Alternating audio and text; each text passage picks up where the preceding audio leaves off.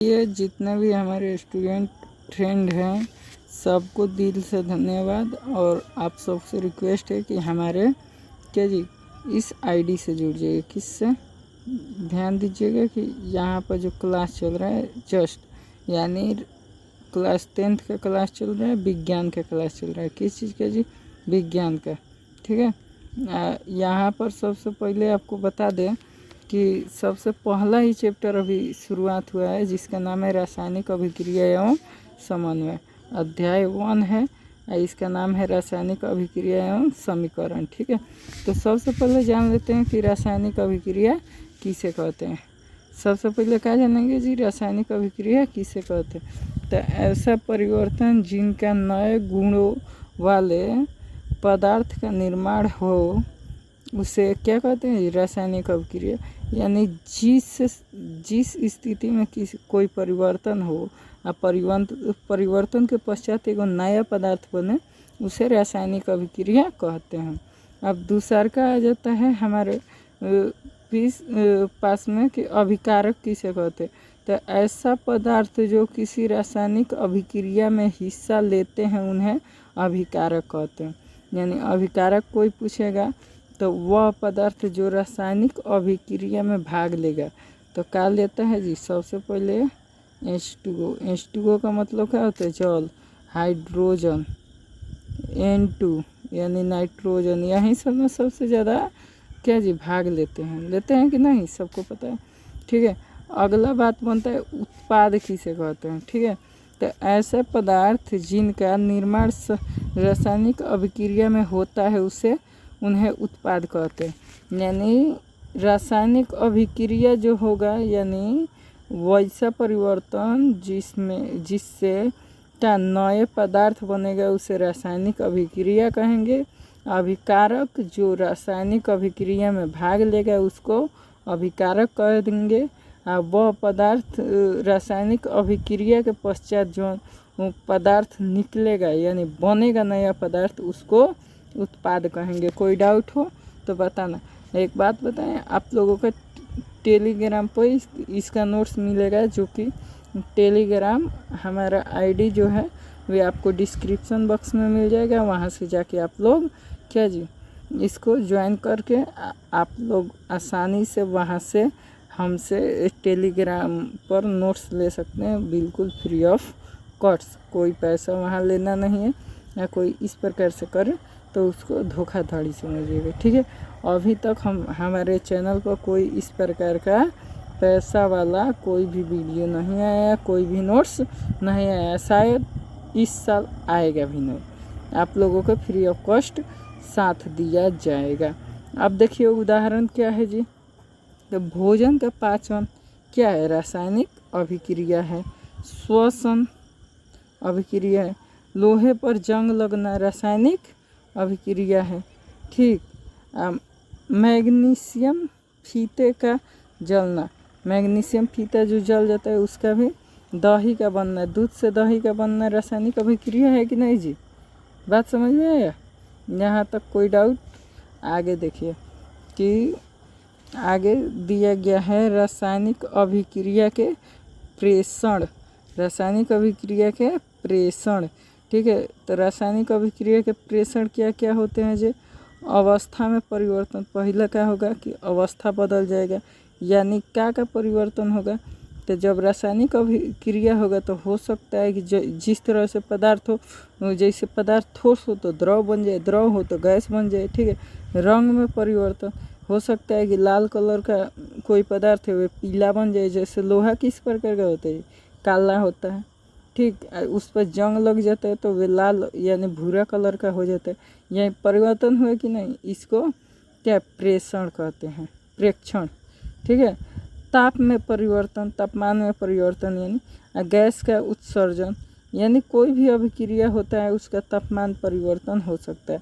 जैसे जल का क्या है जी? जल एक प्रकार का मान लीजिए नॉर्मल है और कोई फैक्ट्री में गया उसका बनाइएगा उसका ताप बढ़ गया। लोहा को गर्म करिए उसका ताप बढ़ गया। ताप घटता बढ़ता रहता है। गैस का उत्सर्जन यानी ऑक्सीजन का मतलब लोहा पर जंग क्यों लगता है?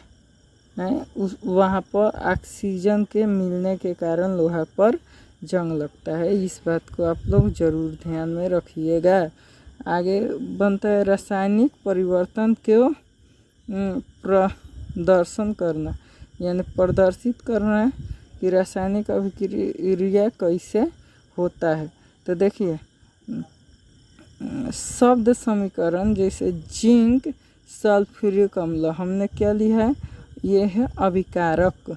जिंक सल्फ्यूरिक अम्ल का क्या, जिंक को और सल्फ्यूरिक अम्ल को आपस में मिलाते हैं तो इससे उत्पाद यानी इसके बीच जिंक का क्या होता है Zn, ठीक, और सल्फ्यूरिक अम्ल को जोड़ेंगे तो जिंक सल्फेट प्राप्त होगा और साथ में हाइड्रोजन मुक्त होगा। ठीक है, वो Zn प्लस H2SO4, ठीक है, जिंक क्लोराइड।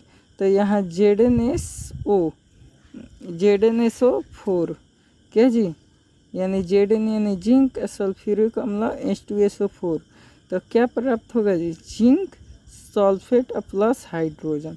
ठीक है, यहाँ तक समझ में आया, कोई दिक्कत? इसी प्रकार से समीकरण होता है, समझ में आए? धन्यवाद। चलिए आगे देखते हैं। आगे रासायनिक समीकरण। रासायनिक समीकरण किसे कहते हैं जी, तो रासायनिक अभिक्रिया रासायनिक समीकरण द्वारा निरूपित की जाती है। किससे निरूपित की जाती है जी, रासायनिक अभिक्रिया से रासायनिक समीकरण को का निरूपित किया जाता है। रासायनिक समीकरण के में तत्वों के प्रतीक या अभिकारक और उत्पादों के रासायनिक सूत्र की भौतिक अवस्था के साथ लिखे जाते हैं। किसके, भौतिक अवस्था के। जैसे जिंक सल्फेट लिखना है तो क्या लिखेंगे, Zn। जिंक लिखना है तो Zn लिखेंगे, लिखा जाता है कि नहीं जी। अब हाइड्रोजन लिखना है तो क्या लिखेंगे, H2। ऑक्सीजन लिखना है तो O2। ओजोन लिखना है तो O3। इसी प्रकार होता रहता है जी, समझ में। आगे रासायनिक अभिक्रिया के आवश्यक परिस्थितियाँ। रासायनिक अभिक्रिया के लिए क्या क्या चाहिए, तो उसके लिए ताप चाहिए, दाब चाहिए, उत्प्रेरक चाहिए इत्यादि को तीर के निशान के ऊपर या नीचे दर्शाया जाता है। यानी जो तीर के निशान हम लोग लिखते हैं, जैसे देखिए, जैसे Zn प्लस H2, अब इस तरह से तीर के निशान देते हैं तो इसके ऊपर ताप लिखते हैं, दाब लिखते हैं और उत्प्रेरक लिखते हैं। ताप के लिए क्या, ऐसे हीट का सिंबल बना देते हैं, दाब लिख देते हैं। इस प्रकार से हम लोग करते हैं, समझ में। नीचे आप लोगों को बताया गया है। अब देखिए चरणसम संतुलित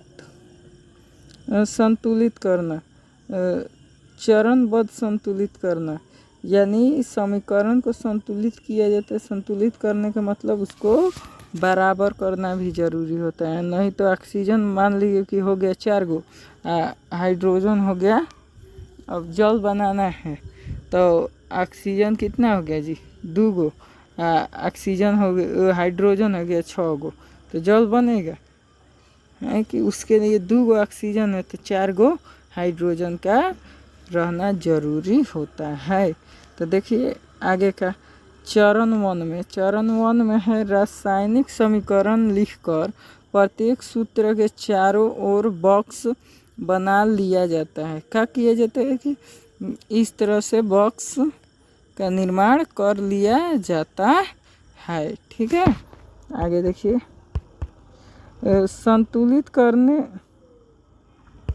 संतुलित करते समय बॉक्स के अंदर कुछ भी परिवर्तन नहीं किया जाता है।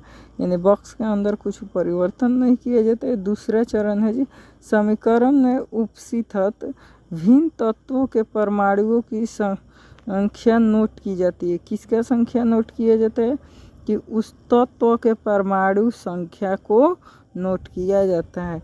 तत्व जैसे F यानी लोहा है, H यानी हाइड्रोजन है, O यानी ऑक्सीजन है। अभिकारक को यहाँ के बता रहे हैं सर। अब देखिए अभिकारकों के परमाणु की संख्या, यानी